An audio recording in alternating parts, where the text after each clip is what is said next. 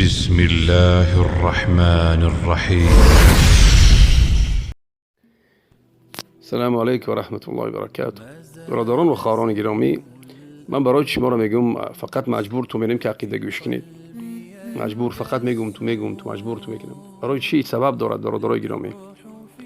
برای که هزار ساله که نمیگیم، 100 ساله، مثلا 100 ساله همین دعوتگرایی که هستند تاجیکستان ده فقط قصه نقل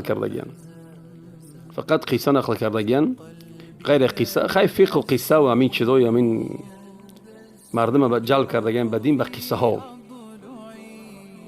برای همین مردم تاجیکستان از عقیده 90% بوی بردگی نیست. 90% عقیده ندارن، نمیدونن چیه. یک انسان پیدا شد مثلا یک گپی کفری زد، یک گپ زد، یگان بیچ خیلی آسان فریب کردنشون است. مثلا زن و مرد شفر ندارد، بین پیش ملا میرن، پیش فلان میرن، پیش بسمدان میرن، پیش یادگاران میرن. همین از چی است؟ از همین اگر انسان عقیده داشته باشد میرود پیش همونو؟ نمیرود. برای عقیده او را رهشه. وقتی که انسان عقیده را که میخواند راه حق پیدا میکند، میدوند که حق در کجاست. همین من کنم نکنم، همین من برم پیش همین نرم، همین کفر است، همین کفر نیست. برای همین وقتی که شما در اینجا هستید، ما برای چی مجبور تو میم گوش کنید عقیده را؟ برای خودتون عقیده را آموزید، دین فهمید و دیگران را فهمانید. برای که سخن ما به همه جا نمی رود، سخن ما به همه کنج تاجیکستان نمی رود. شما یک در گروه هستید، از هر جای تاجیکستان هستید، وقتی که علم میگیرید، عقیده را که میفهمید، میروی به همون جا تو میگردی، همون آدمات دعوت میکنید که همین لگردن تو واجبه. شما همچون نماینده، همچون فرستاده میشوید به همون طرف، به همون جای قشراق خطره، به همون قوم خطه، همچون فرستاده الله میشوید برای دعوت. فهمیدی برادرای گرامی؟ چخیلی پیغمبر صلی الله علیه و آله میفرستاد همون رسول الله را به چی را؟ مثلا مثل یک معاذ ابن جبل به یمن فرستاد. مثلا هم خیلی است برادرای. هم صحابه میرفتن به همه طرف دعوت میکردن، همچون نماینده و فرستاده بودن به همه طرف پیغمبر میفرستاد. چون برای که آواز پیغمبر به همه جا نمیرسید. همون دین چه پنشید؟ دین به همین پنشید که از پیغمبر اومدن، آموختن و رفتن. صحابگان از پیغمبر می اومدن، می آموختن، می رفتن دعوت میکردن. یا که دیگرها از دیگر جا می اومدن، از پیغمبر می آموختن، می رفتن دعوت میکردن. همین خیلی است. برای وقتی که شما که عقیده را ندونید، که نخونید، گوش نکنید، ندونید، پس ما که وقتی که همون جا تو می روید، به همون قوم تو می روید، به همون جایی که زندگی می‌کنید می روید، دعوت کردن نمیتونید، مردم فهموندن نمیتونید. عقیده برای همین است. برای نو قصه باطل گوش کردن گشتن تمام. اونا نمیدونن که قرآن دلیل است، قرآن به ما شریعت است، قرآن منهج حیات است، سنت منهج حیات است. نمیدونن این گپا. اونا چه ملاشو گفت همون را گرفته رفتن میگیرن. خب باید شما اونا را فهمونید که در گردن شما واجبه.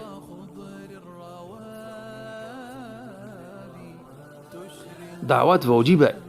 بلغوا عنی ولو آیه. حتی یک آیت هم باشد برسونیش. آیت که آموختی یاد گرفتیش باید برسونیش. تو همون آیت یاد نگرفتی، نمیدونیش، رسوندنش نمیتونی، چه خیلی میفهمی به مردم؟ قوم تمیره میبینی که در باطلن، در کفر، در شرک دعوت نمیکنن. روز قیامت همونایی که همین کارو میکنن، تو اونا را دیدی، اونا تو را دیدن، میگه اینا ما را دید اومد، نه که ما را من نکرد. تو در روز قیامت در گردن میقپند. تو گمان کرده که رهایی میاوی؟ هرگز. تو را میقپند گردنت، میپرسند روز قیامت. همونایی که دیدن در کفر و شرک هستن، در معصیت، تو دعوتشو نکرده ای، میپرسند. برادرای گرامی، خواهر گرامی، با بیشتر با خواهران که دعوت به زنها در خانه ها کمتر میرسد، باید زنها آموزند دینه، برای دعوت کنن زنها و زنکا و مادرها و خواهرها و بیبیا و دیگرها را. برای این برادرای گرامی، الله عز و جل ما را امر میکند با آموختن دین، امر میکند به دعوت. الله میفرماید در سوره توبه 122 آیات که و ما کان المؤمنون لینفروا کافه فلولا نفر من كل فرقة منهم طائفة ليتفقهوا في الدين ولينذروا قومهم إذا رجعوا إليهم لعلهم يحذرون. الله عز و جل امر میکند که سزاوار نیست که همه مؤمنان به میدانهای نبرد روند، به جهاد روند. به جهاد رهسپار شوند. پس چرا از هر یک، بین میگه الله چی میگه، چرا بس یا که پس چرا از هر گروهی، از هر گروهی از آنها، از هر گروهی از آنها، یعنی الله نمیگه که همتون بری جهاد بری ترک کنی دعوت، نه، بعضی تون بری، بعضی دیگه تون چی میگه، بعضی دیگه تون چرا از هر گروهی از آنها دسته، بین از هر یک گروه یک دسته، از هر یک فرقه گروه طائفه از آنها دسته کوچ نمی کند تا در دین فقیه شود، تا در دین فقیه شوند، تا دین بیاموزند، عقیده را بیاموزند، از خود کنند، دین بفهمند. یعنی بین آموختن، الله امر میند که دین پیش پیغمبر بری، دین آموزی، از دین با خبر شوی.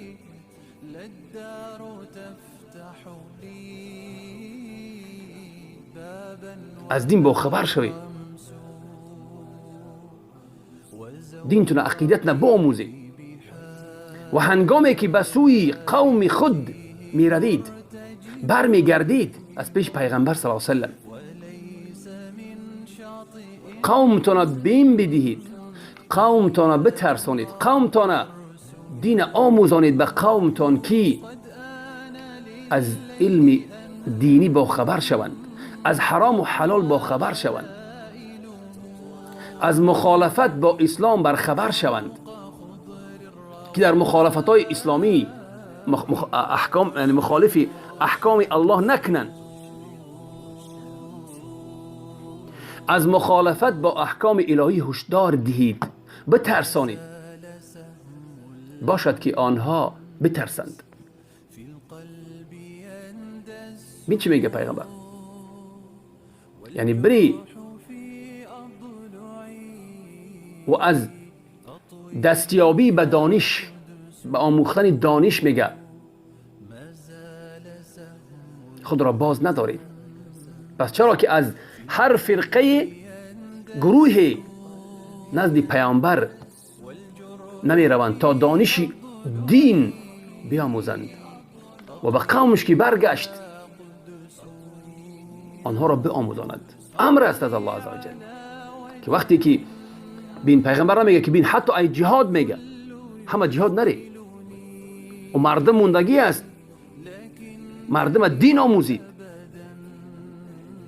بعضی بری جهاد، بعضی دیگه مردم آموزید، مردم دینش آموزید، که مردم در این زمان ما با وجود این در زمان ما فتنه های زیادی هستند، آنها را باید آموزانید که دین بفهمند، در کفر و شرک نیفتند.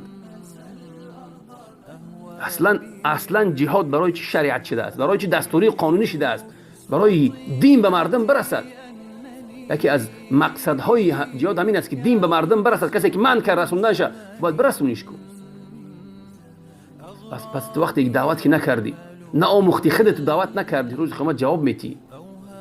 بهتر شرایط محیا است، شرایط محیا است که تک نوکر بجق گوش کن، برای مردم تفهمون.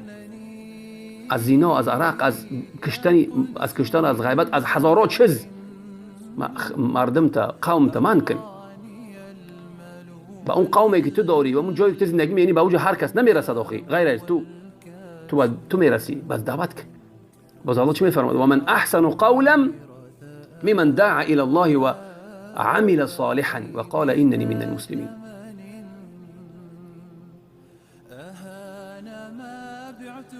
و کیست نکو گفتارترین؟ میگه الله چی میگه؟ نکو گفتارترین، نکو گفتارتر، یعنی که از همه سخنی نکوتر میگوید.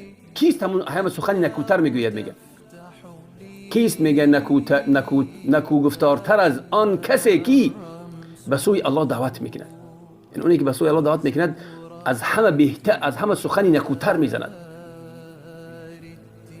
و کار شایسته انجام میدهد. در برابر دعوت باید کار شایسته انجام دهید. و گفت من از کسانی هستم که در برابر الله تسلیم شم، تسلیم شده ام، تسلیمم. بین الله میگه و کیست نکو گفتارتر از کسی که مردم را به سوی الله دعوت میکند. یعنی که دعوت این از بهترین سخن است، احسن قول است، بهترین قول است که انسان دعوت میکند به سوی الله. برای همین هر یک شما در اینجا هستید، هر یک شما در اینجا هستید سخن الله و رسول میشنوید، در گردن شما واجب میشود که قومتون را بیم دهید، بترسانید، احکام شرط برای نو فهمانید.